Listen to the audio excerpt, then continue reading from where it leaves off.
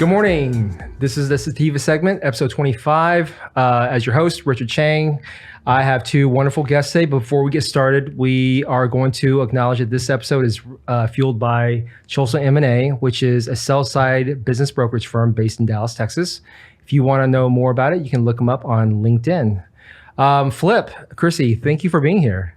Well, thanks for having us. Oh, we're so good. We should do everything. We're going to answer together no matter what.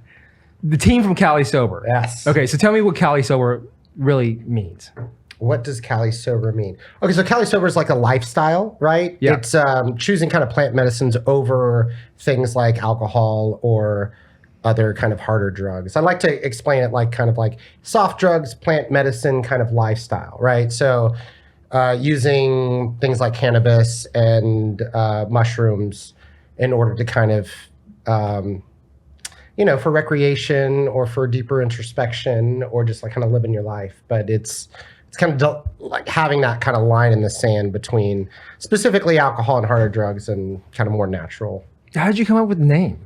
It's a great, it's a great name. Yeah, I didn't come up with it. The world did. I mean, Cali Sober is, we have the trademark on it.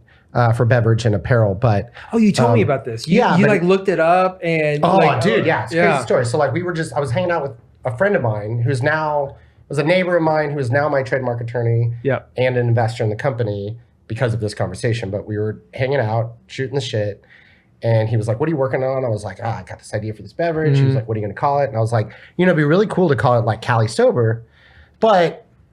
The term's probably too broad. It's probably taken, blah, blah, blah. He like whipped out his phone. He looked it up and he's like, dude, this trademark expired like 4 weeks ago. Mm-hmm. Like, should we jump on it? And I was like, yeah, sure. So he did. And then he, called me like a month later and was like, so I got a trademark for Cali Sober. So I was like, okay, well, I guess that's what the name of the company is. And when was this? It was this a couple years ago, right? Yeah, it was probably about a year and a half ago, 2 years ago. Yeah, something like that.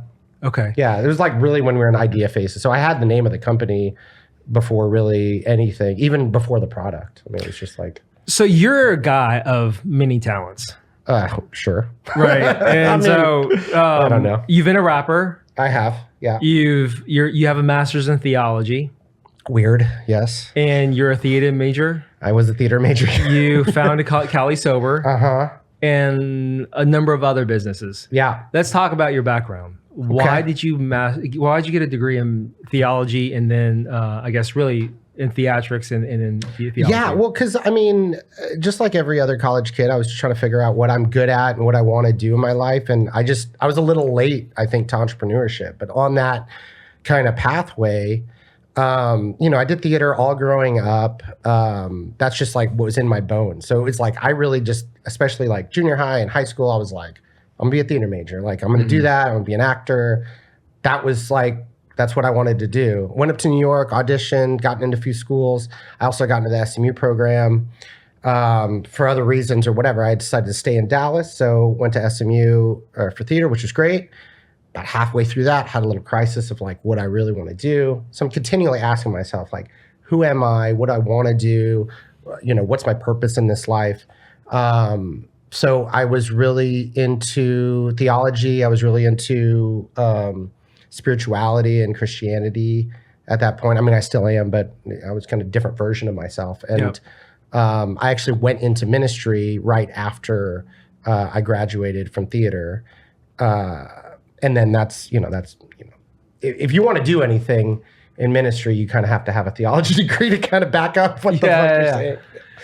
So yeah, I mean, really, and I think that's a big core of who I am and kind of how I live my life and how I see the world. Mm-hmm. And so, I mean, I was like with a bunch of like priests and nuns and like just really like nerds, like reading. It was a party. Huh? Sounds like a party. It was a different kind of party, Chrissy. Different kind of vibes. Yeah, different vibes. But I actually through that is where I found kind of, made my way through advertising and design. So I was working at a ministry at the time at SMU and, like nonprofits, they got no budgets, right? So they're like, hey, we got to market this thing. And I was like, what's that? Right. And I made a deal with my my director at that point. I said, hey, if you pay for like Adobe Suite, Photoshop and Illustrator and all that stuff, I will learn it and I will do all the marketing. And he was like, all right, cool. So he did that. And that's where I kind of like cut my teeth on marketing, and it was a lot of fun. I kind of realized I had kind of an eye for this stuff, but more importantly, I kind of a love and passion for it. So I was going to go back to school. Actually, there's like a common theme. I was You're like well, a career academician. Well, I'm not. I actually suck at school, but I just always thought like, oh, if I'm doing something, I have to learn about it first, right? And then I realized that that's not actually true at all. I could learn while I was doing it. And so that's kind of how I got into design and advertising. I started freelancing, and I started doing other projects and stuff for clients, and picking up clients and learning how to sell and learning how to deliver a product and, write an invoice and get paid for it. Then, it wasn't soon after where like my part-time revenue started like eclipsing my little church salary, right? So I was like, wait, I'm making way more money doing this. So I thought, I could really do this as a career. So I started freelancing. I freelanced for about a year before I started. I mean, that freelance career literally turned that into an agency. Yeah. And then I grew that agency to, 1.60 people, 20 million in revenue. And then like just dealing with kind of large CPG clients, AB InBev, Anheuser-Busch was one of our largest clients, Pizza Hut, American Express, Caesars Entertainment. So I really grew really quickly and learned kind of the ins and outs of marketing and advertising, which is cool. Are all skill sets obviously that's contribute to growing and developing Cali Sober. Yeah, I mean, it's like literally the only experience I have in beverage. So, but as Cali Sober grew and more people were added, you added colleagues like Chrissy, right? Yeah. So, Chrissy, how did you get in? She's the brains behind the operation. Okay, so how did the brains and behind the operations get in contact with Flip? And tell us your story. Oh man, how I came in contact with Flip is actually kind of a funny story. So we're both based here in Dallas, and there's a market on Lower Greenville. My husband and I, every Sunday, we go on about a 3-mile walk. We go get coffee at that market. Okay. And I'm walking by, and this girl's like, "Hey, you want to try weed? You want to drink weed?" And we were like, "What? Okay." Sure. And so we tried it, and then we ended up buying a 4-pack and taking it home. And from there, I just continued to purchase the product. And then I was like, you know what? I want to learn more about this category. I want to drink less alcohol on the weekdays. I want to, be more sober more frequently. And so tried a bunch of products in the category, went and stood in front of the refrigerator at a, beer place down the street from my house. And I was looking at the labeling and the calorie count, the sugars, and all those different things. Does it have CBD? Does it have THC? What's in it? Is it Delta 8? Is it Delta 9? And so I was just educating myself on the product category from a personal interest standpoint. And then eventually came back and settled on Cali Sober was by far my favorite flavor, my favorite, the Delta 9 hit right, the calorie count, all that stuff. I was super into it. So kept purchasing it. One week they were out of the berry ginger. So, Which is the whole business story we can talk about. So, I was like, this was at the market near my house. There's got to be some sort of local connection. And so I look it up and I'm like, who's the founder of this company? I find Flip. And so it turns out he lives just down the street from me. Yeah. And we went and got coffee, and it turned into, just strategizing and talking about the brand and learning more about it. And then it turned into, well, I want to invest actually.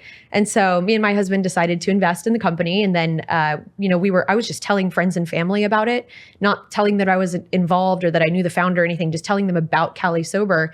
And they were buying it, and they were, I was seeing it. They were posting it on their Instagrams and stuff like that. And I was like, this is organic virality. You can't pay for this. And so, then I was like, does anyone else want to invest? We have no budgets to pay for it, so we don't.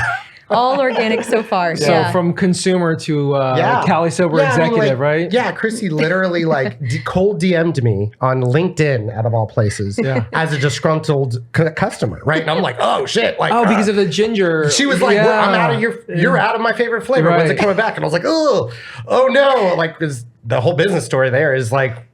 We sold out, which was, we weren't expecting it. We just had a lot of growth kind of early on. This is right before it was right in the summer, right when we just kind of started really kind of ballooning up. And I was like, oh no, oh my gosh, I was like, please, like, still stay a customer, blah, blah, blah. And then we got to meet, and then, it just kept going on from there. You ever notice, and I want your opinion on this, because I was just actually talking about this with someone else. You notice like how cannabis as an industry, it's been fairly stigmatized over time. Totally. But as soon as you put something in a can. Oh, dude, changes the game. Why do you think that is? Because it's like familiar. Like, dude, which I love about the beverage segment is because I've been in cannabis and hemp for, a few years. Okay, so there's stages, right? You smoke something that has one stigma. Yeah. You take a gummy that has a different stigma. Yeah. But you put that same stuff in a can. Now mom likes it. It's like, what? It's I think we're also partially conditioned in the sense that it's okay to get somewhat buzzed by drinking a beer. Yeah. Totally. Or whiskey or whatever. Yeah. Yeah. But you put that in a can, suddenly the stigma, it's not that it's eliminated, but it's definitely alleviated. Oh, 1,000%. Right? I mean, it's like, it's so familiar to us. Like we've seen, to your point, like we're creatures of habit. So like all of, everything that goes into a brand, there's all social signals, right? So like if I'm holding this and it looks like, if I'm smoking a joint, it looks totally different than if I'm holding this drink, right? And so like once your neurons are like, now granted the smoke, the joint produces smoke, so there's a different level of invasion to people's space. Whereas, and there's so much like stigmatization of cannabis, like from all those aspects. I mean, there's like, there's the smoking aspect, there's the stoner stereotypes, there's like racial stigmas that go on with it. And so there's all of this stuff with the plant that you have to like untease and take out and kind of sift through to really get to like the point of how amazing this plant is and how many benefits that it has and how it's, a safer alternative in every single way than what has kind of been pushed upon us, right? Which is like this alcohol industry. It's like we're already normalized to this whole thing. Like every occasion you have to have an alcoholic drink for it, right? Yeah. It's great. Right. There's no other there's nothing else like that, in history, right? There isn't. So it's like once you take that, once you're able to kind of unlock or take it and change the format of it, put it in a can that like looks cool or something that is just normalized, like the conversations you're just totally Plus there's different. also an element of taste, right? That tastes really good. Yeah. Or that's not so good. I mean, it's no different than buying a beer. Some beers just, it hits the palate. Or some people prefer Heineken versus like, like a blonde beer or an IPA or whatever. What's in this industry, you have such different types of varieties, different types of drinks with different flavors. She liked ginger or ginger something, right? And then you have like other drinks are more citrusy. And then you have THC, CBD, and other cannabinoids. So there's such a big variety of like the hemp cannabinoid consumption beverage space. Oh, totally. So, well, and the taste thing is so funny. Like we do. I think we really try to combat the kind of bitterness and stuff, the earthiness of kind of the hemp product, right? The emulsions that we all work with, they're all very dank, right? I mean, it's like that shit is really potent and it's really nuts. And so kind of working with that, it's so interesting because I think like you remember when you first tried alcohol? Right? Yeah. Like when, you know what I'm saying? Like it tastes like shit, right? Yeah. Like you're like, oh my God. Everything about it. How could it? Well, it's kind of like everything about it was horrible. I mean, everyone's first experience with alcohol is usually pretty horrible. Well, I even take one step back. I mean, it's no different than when you're growing up. You usually don't drink coffee, but then suddenly you start drinking coffee, and then you grow an appreciation for coffee. Which and I think it's so funny into this segment because everyone's like, oh well, if you have, I think we do a good job at masking the taste and stuff, but like there's people with a lot of fine refined palates out there that pick it up and they're like, oh, this is a little earthy, or this this tastes a little like weed. I'm like, yeah, because there's weed in it. Like there's like that's the point, right? I think with specifically with the ranch water, because it's in a green can, I think there's a mental association. People pick up the can and it's green and they immediately go, I can taste it. Even though I'm sure if we did a blind taste test, they wouldn't. I just think it's the fact that it's a green can. It's a placebo effect. Yeah, well, exactly. It's so funny because I'm like, what to that point of like alcohol, like vices, like drugs or things that you want to do, that usually elevate your mood or change or whatever. Even like adaptogenic mushrooms, right? They taste. It's like they taste good for you almost. Like they taste like there's a weird that you have to like. I can feel the therapy going into my body, right? But it's just funny in this segment where I've just seen people, really try to be like, I want it to taste like a seltzer water, or I want it to taste like something fruity, something that isn't what it is. And that's what Cali Sober is. It's a THC seltzer. Well, it's a mocktail, right? So we are positioned a little bit different. Our flagship products, these ones, the Paloma Spritz, the Ranch Water, and the Berry Ginger Fizz are all light mocktails. Okay. And so they're more on the seltzer spectrum. But we're really positioned as a mocktail that really, communicates. Obviously, it doesn't have any alcohol in it, but it allows us to really play around with the flavors. It doesn't pigeonhole the brand into a specific like category set, right? So like we're going to come out with some still drinks. We're going to come out with some different dose drinks. We're going to come out with some different flavors that are able to, kind of appeal to a few different other, palates. So was it hard for you to enter into this market? Because the beverage industry, as great as it is, as we've talked about, it's a tough industry. Oh my God. It's an incredibly tough industry. How tough it was, I don't think I would have done it. I knew how tough it was from a marketing standpoint, but I felt like, I've got a good grip on this. Like I've done go-to-market strategies. I've done, and it's not even the competition. It's the logistics. It's literally building shipping, a drink, right? And it's the canning. It's the packaging. You have to store it somewhere. Yeah, it's the supply chain. Yeah, really. it's the supply chain. It's a tough industry because. I'm part of it too. I'm, with Vitam. Shout out to Vitam. Shout out Let's to Vitam. go. There you go. Holla. I don't know what camera we're on. Vitam. Power. Camera 1, camera 2. Let's go. That's why I got Flip on the show, because he's going to promote Vitam. Oh, dude. So. Well, I got to bring the vibes, I got to like promote all of my, all the homies in the industry. That's right. Well, the point is it's a tough industry. What made you guys both want to, one, get into it, and two, continue this ride? Yeah, I would love to actually get your opinion on this, because you kind of see it from the outside in.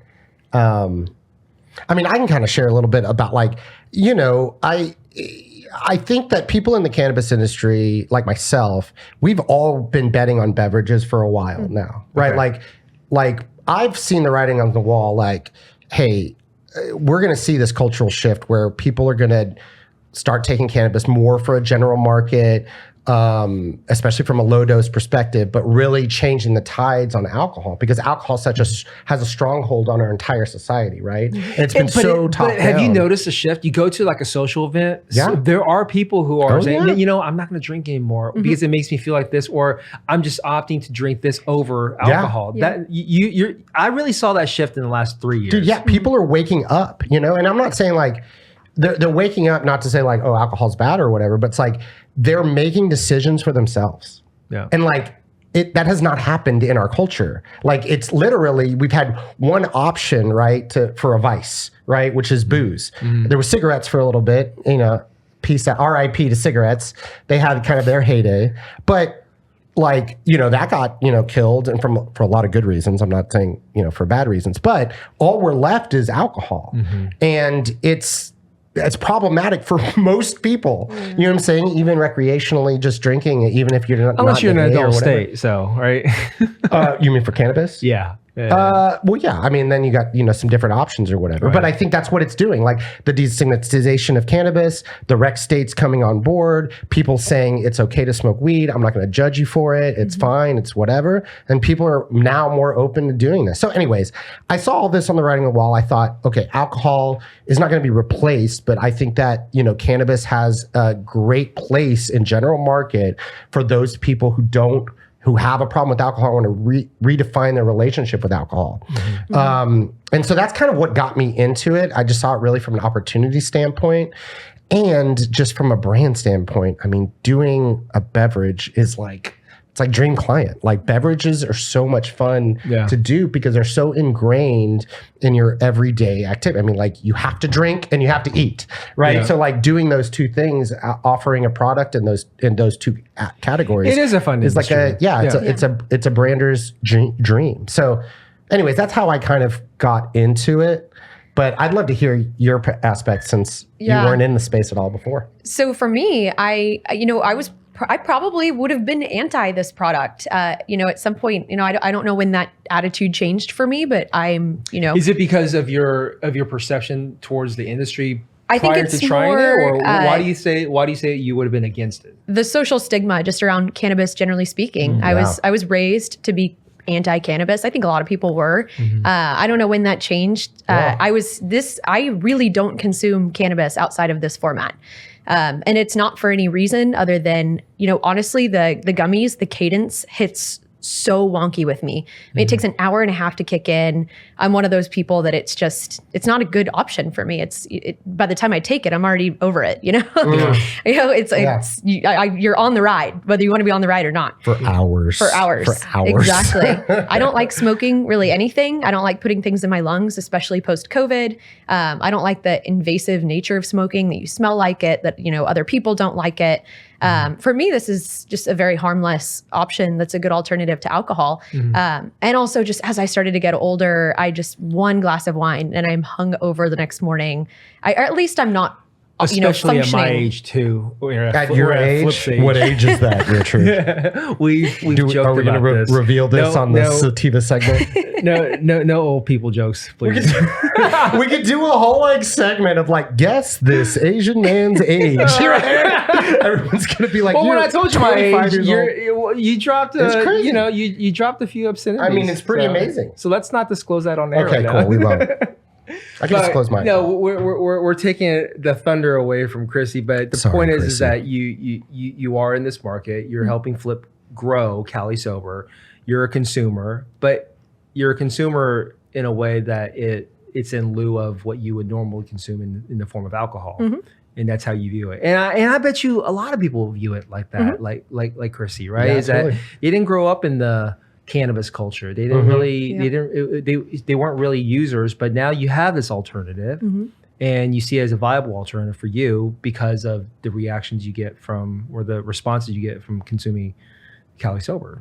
So, I want to take a little bit of a pivot. And this is more towards Chrissy's world. We know it's a tough industry, but it is a thriving industry for many reasons. It's my understanding that Cali Sober raised an initial seed round for funding. It's an opportunity for investors to contribute capital money into your company for the purpose of growth. What was that initial seed round like? And my understanding is that it was about $500,000, right? Yeah. It was about $500,000. Yeah, just over. Just a little bit over $5 million, and that was in your initial seed round.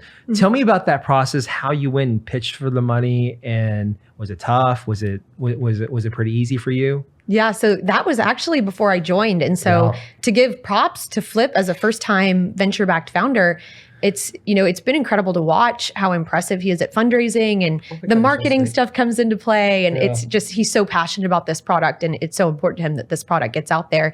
So, I mean, he pounded the pavement and went and got a friends and family round. And so that was how the first round came about.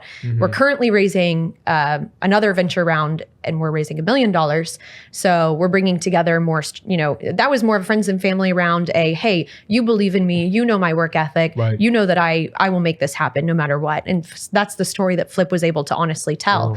Now we've moved on to, hey, how can you be strategic to me? We want your money. That's great. We really need the money. Right. But we also want people who have buy-in, who can be helpful to us. Can you introduce us to distributors? Can you introduce us to, some beverage mentors? Do you have experience in this space? Yeah. And so that's what we're looking for in our next phase. Okay. And so that initial seed round, did you feel that they were really betting on the company, or were they betting on Flip? Yeah, that's a good question for you, Flip. What do you think they wanted out of you? Super surprised. So as Chrissy said, that's my first time raising money. So I'm literally going to my friends and family and be like, will you give me $50,000? Which is a very crazy thing to ask people when you really think about it. But what were their responses? I got some yeses, which was kind of crazy. I will say this, and this is kind of good advice, I think, for just any entrepreneur or anyone just thinking about it. It's you never know unless you ask. And if you don't do the work and actually putting it together, making the ask, you're never going to know. So just do it, right? Like, that's really, like, I was really freaked out. For me, it still is. $500,000 is a lot of money.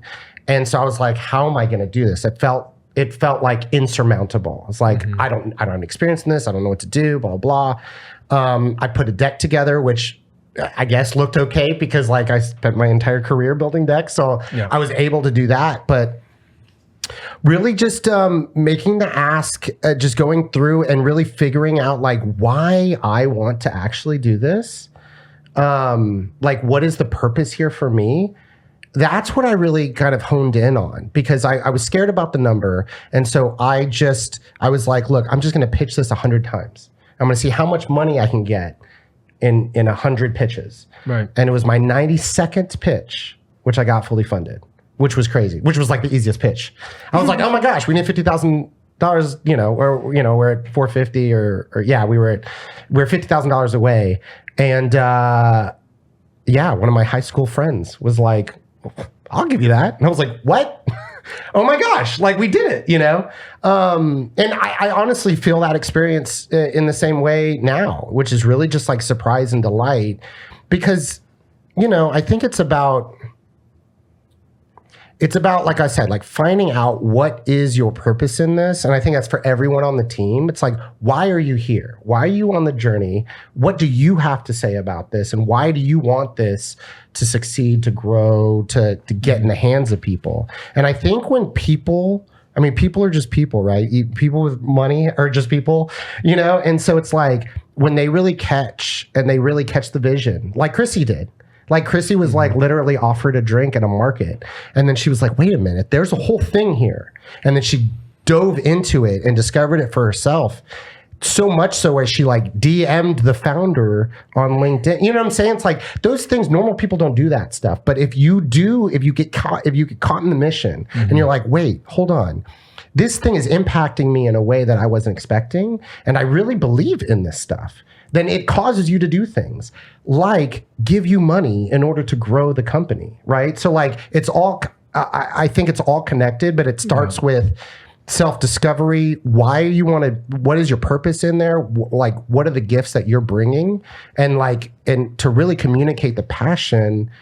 And passion is just your belief, right? Like, your belief in the system, your faith in the system, in the product, right? Your faith in the product and the faith in yourself too, But I think your initial story to your friends and family is, this is what I want to do, and their belief in you. Totally. But your storyline now is very different because this is what we've built and this is how we're going to grow. So tell me about this next round that you're pitching to, I guess, other prospective members of Cali Sober. Yeah. And I know you guys are still in the middle of it. So for those of you who are listening, they are raising money. So they are. Yes, we're taking checks. Yeah.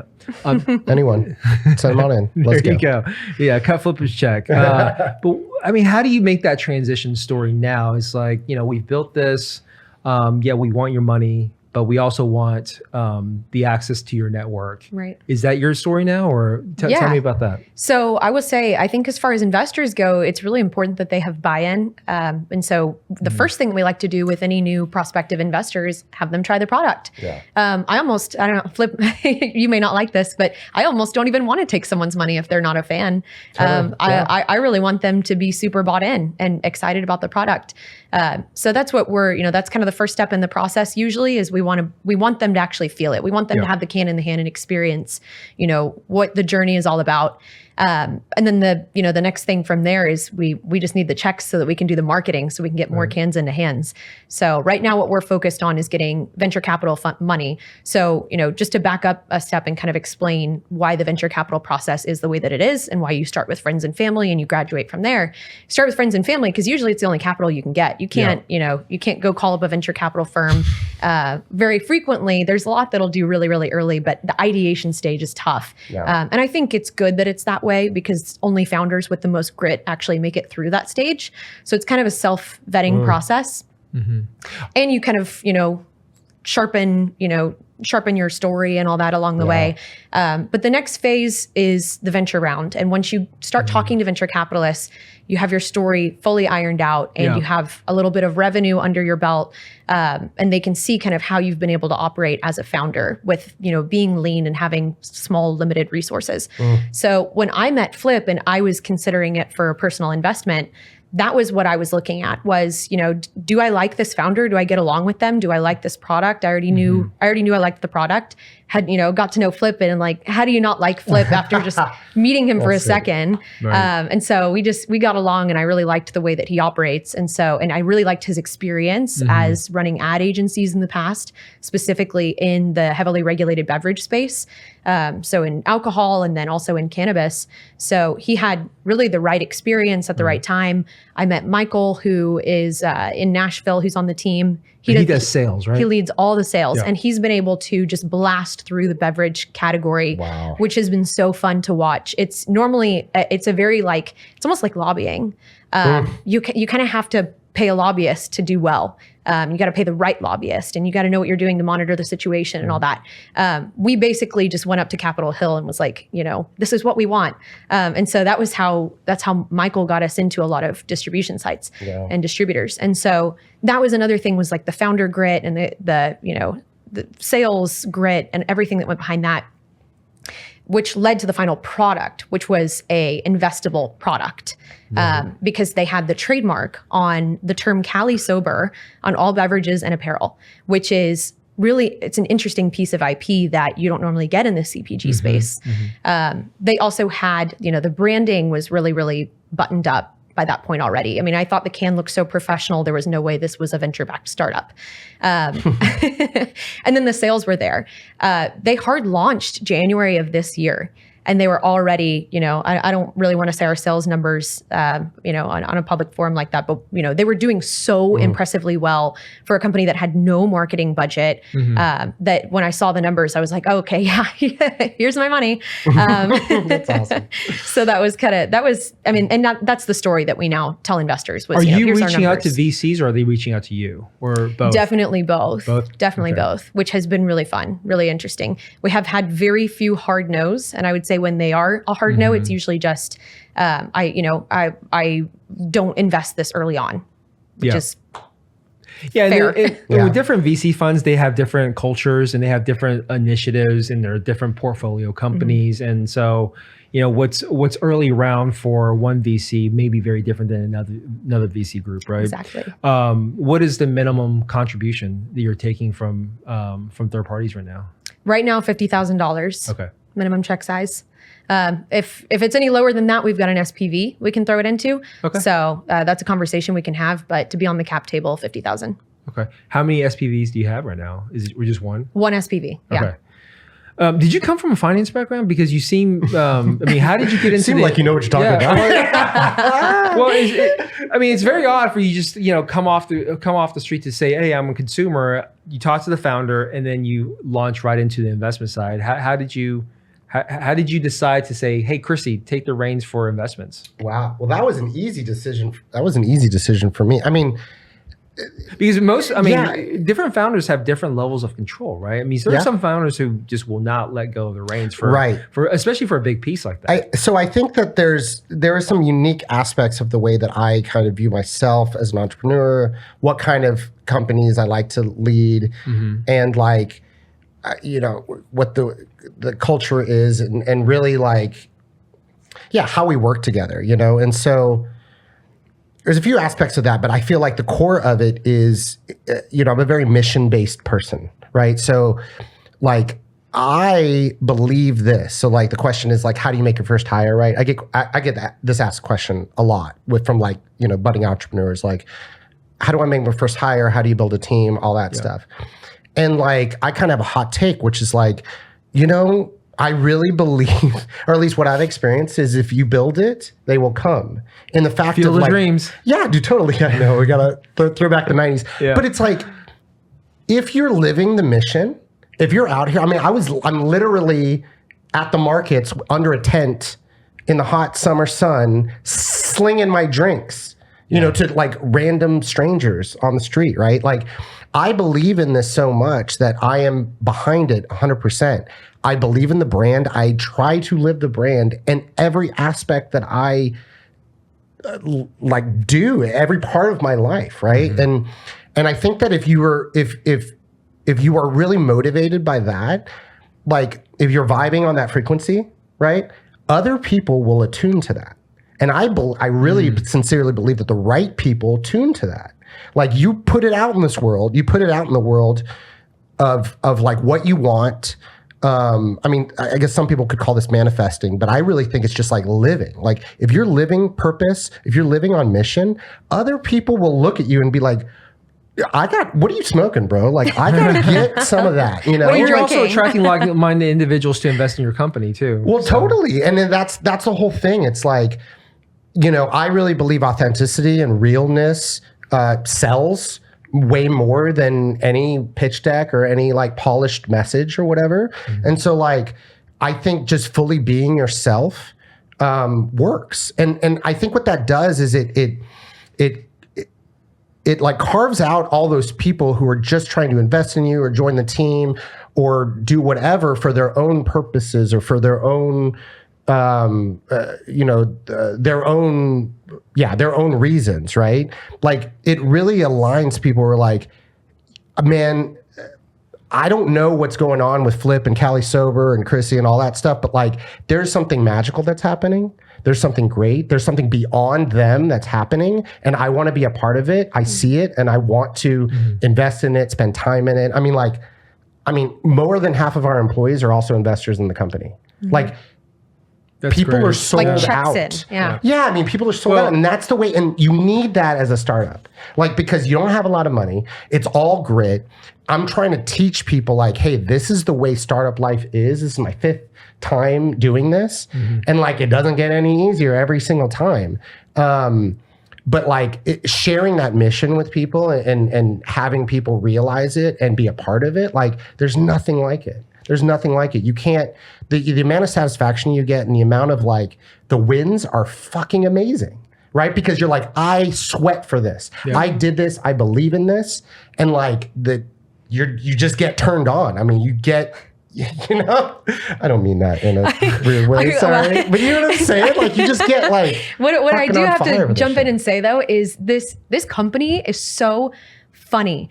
I have never, like, it's fun, first of all, and it's, you know, it's an attractive brand, and it's like playful and fun, and it's like, you know, you could go to your job at some bank somewhere where you carry your tiny little briefcase and you're funny. Like stiffy and you got your little desk heater or whatever, or you like could do this, or like a law firm, right, Flip? No, it's fine. Some law firms are cool. The other thing is like, this company, this team, whenever we have team meetings, and I've never mentioned to you that this is weird to me, but it's weird. When people get off the call, they go, I love you. Yeah. Not like unironically. Like they'll hang up and they'll go, all right, love y'all. And they'll just like very genuinely, they'll be like, I love you. I love you guys. Like, thanks guys. I love you. Yeah. It is the most weird, wild thing. But it's true though. Like that's the thing. It's like, you know, there's like this, so is that, do you guys should have like a sign in the office? Like, we don't need to. That's what I'm saying though. Okay. Like it's like, so you guys live it and breathe it. It's lived out. Yeah. Well, you walk in and you can feel it. You know, there's like this kind of company, I don't know what it's called, but it's like anti-company culture of like, we're not a family, you know, we're like a sports team. I think there's like a famous brand that just came out and was like, we're not a family anymore. Like we're just, you know, we're like a elite sports team or whatever. Whatever, like people can say whatever. I totally get that. Families, like, you know, you can't be fired from your family, right? But if you're actually like living it out and naturally like coming out, like to Chrissy's point, we're not like trying, I never said, hey y'all, we gotta love each other. Like you got, no, we're just like real fucking people that are like recognize our relationships. And it's like, I don't know, I can't put any other words to this other than like, I really appreciate you. I like care about you. Like to me, that looks like love. And so I'm going to just, and I have the freedom to communicate that. That's another thing. It's like, you can totally be yourself at Cali Sober, you know? Like we want our customers to like be on a self-discovery of their true selves, right? And so like, if we're not living that out, how the hell can our consumers do it, right? Yeah. So like we do it out and it's really weird, right? And I always say until you guys it's hire always an weird when HR we love each department and other. you come up with a policy that says that I don't. Yeah, I'm kind of anti-HR. I used to run HR at my agency, and I love the fun parts of HR, but like, I don't know. I mean, not to like dog any Hey, HR you listen. professionals. You're I the think founder. they're You needed. can do what you want, right? So it's your company. Well, especially in a startup. I think like, like I don't like corporate culture. Yeah. And or traditional corporate culture and I can see business that structures for some reason. Well, that's why I'm an can you see entrepreneur. that? That's why I'm an entrepreneur. I mean, it's like where other businesses, I mean, besides like being an artist or whatever, in a commune community or some shit, where can you actually like play around and have fun and really build, like, break the rules, like for fun. I mean, to your point, I mean, listen, other than sleeping for 8-9 hours a day, or some people sleep 5 or 6, you spend probably the second most amount of time at work, right? More than your family. So that's crazy, dude. Why not spend it at an environment where you like each other, or you maybe tell each other, "Yeah, I love you." If you're into that kind of shit, if you want to go into your little office with your tiny briefcase in front of your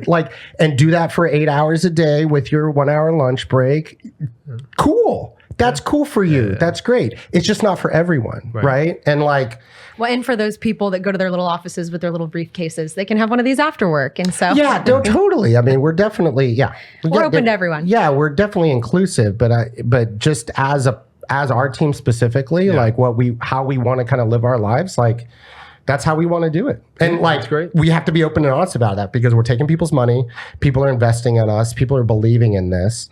And like, I'm not here to be a charlatan, right? I'm not here to like bait and switch you and tell you I'm going to do something that I'm not going to do or be a certain way that I'm not going to actually be. Yeah. Like, I'm the founder of a company. I wear fucking t-shirts, and like hat, and like, this is just how I live, Hey, listen, every company has their story, and you clearly Cali Sober has their story. And as you grow into a bigger company with more institutional money, whether it's a larger VC or a high net worth individual that just cuts you a big check, whatever, you're going to change. And I think to some degree, you're going to try to preserve some of the original fabric of Cali Sober. But we got to grow up. That's what you're saying, Richard. I'm not saying that you're saying that. One day we'll grow up. Yeah, one day. Just not yet. I think you're pretty grown up. I mean, I think the fact that you're going into that second round, it does show some growth and some maturity. But with maturity and with growth, you're going to hit different markets. So what's next beyond the investments? What's next for Cali Sober? Especially, I do want to ask you this, because like in Texas, we have a couple of ban bills that's been submitted, or that's at least being considered. Yeah. What happens in those challenging markets when hemp-derived THC is banned? Yeah. How does Cali Sober compete in adult use states? Because quite frankly, your product does compete with the adult use market. Sure. Tell me about that. Chrissy, why don't you answer that question? All right.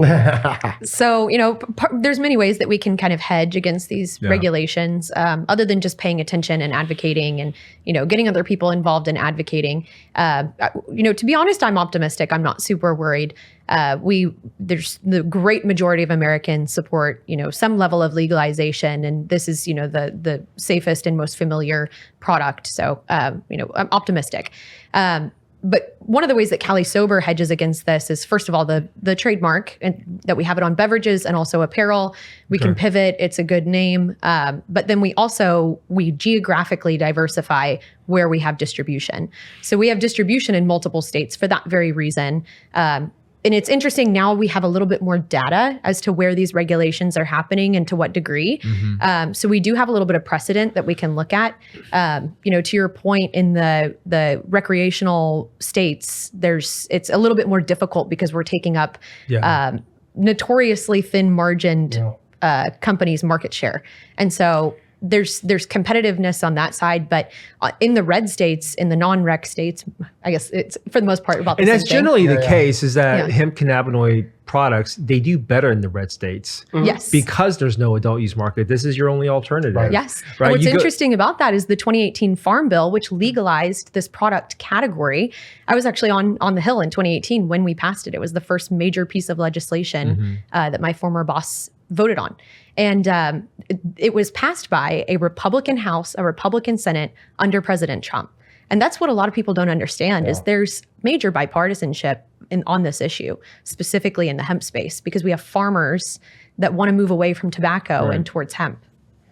Which is another challenging industry, right? Growing and selling biomass on the cultivation side, just because the overhead to grow is it's incredible. Yeah.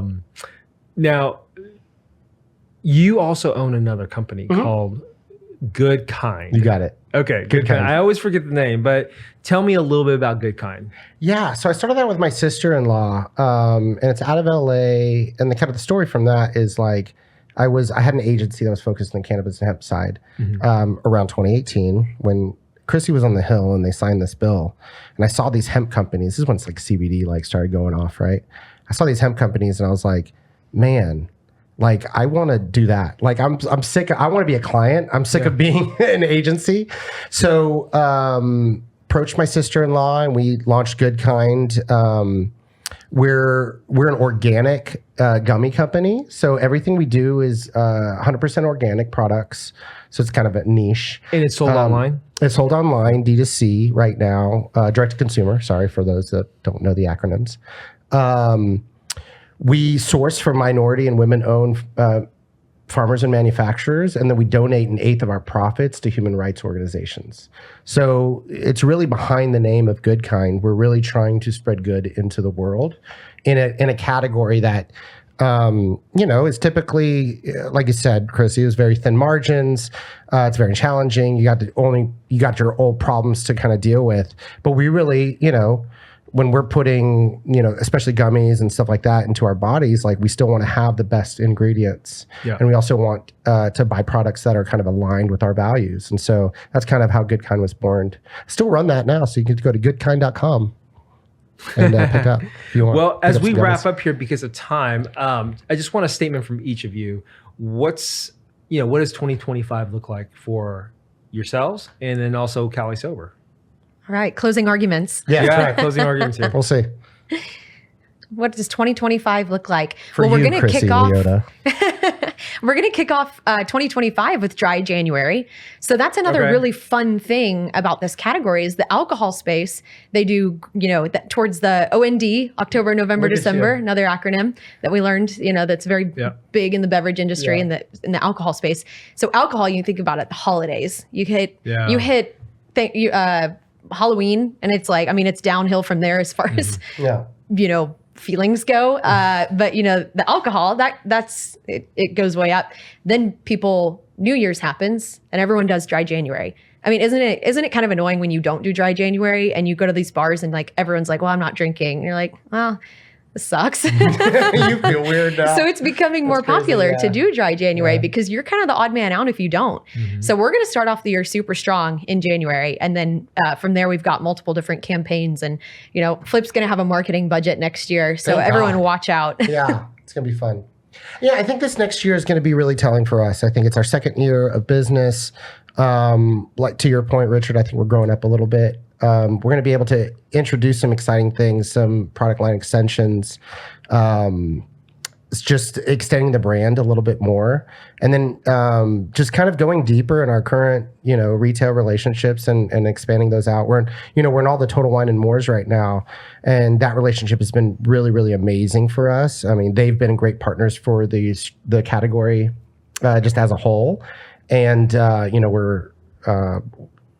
we're going direct with them. And so we're really excited to see really how this category really grows. I think this next year is going to be huge. I'm calling it the year of the hemp beverage. You heard it here first. No, I really do. I think 2025 is going to be ridiculous. I think you're going to see a huge influx.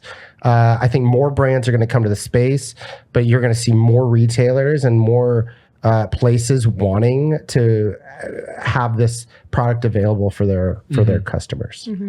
And by the way, to that point, and to your earlier question of regulation, we want regulation. I think 2025 kind of being the year of regulation in this space is going to be a good thing. We need certainty. Any product needs certainty in the market. We also need some guidance too, right? Because the FDA has been pretty silent on what I think is overdue guidance, even though they were specifically told by Congress to issue guidance, and they still kind of dropped the ball on that. But I think it's I see nothing but a bright future for you, Flip and Chrissy, and for those of you who are looking to invest, they're raising money, and I really appreciate you making the time to come on the show. Thank you, Richard. Thanks, this was Richard. awesome, man. I'm glad. It's so great to be on the Sativa segment. I feel like all of my friends have been here, and so I get to join the illustrious alumni. Now you're part of the club. I appreciate it, dude. Thank you. Well, thank you. All right. Appreciate it. Thanks, Richard. Thank you.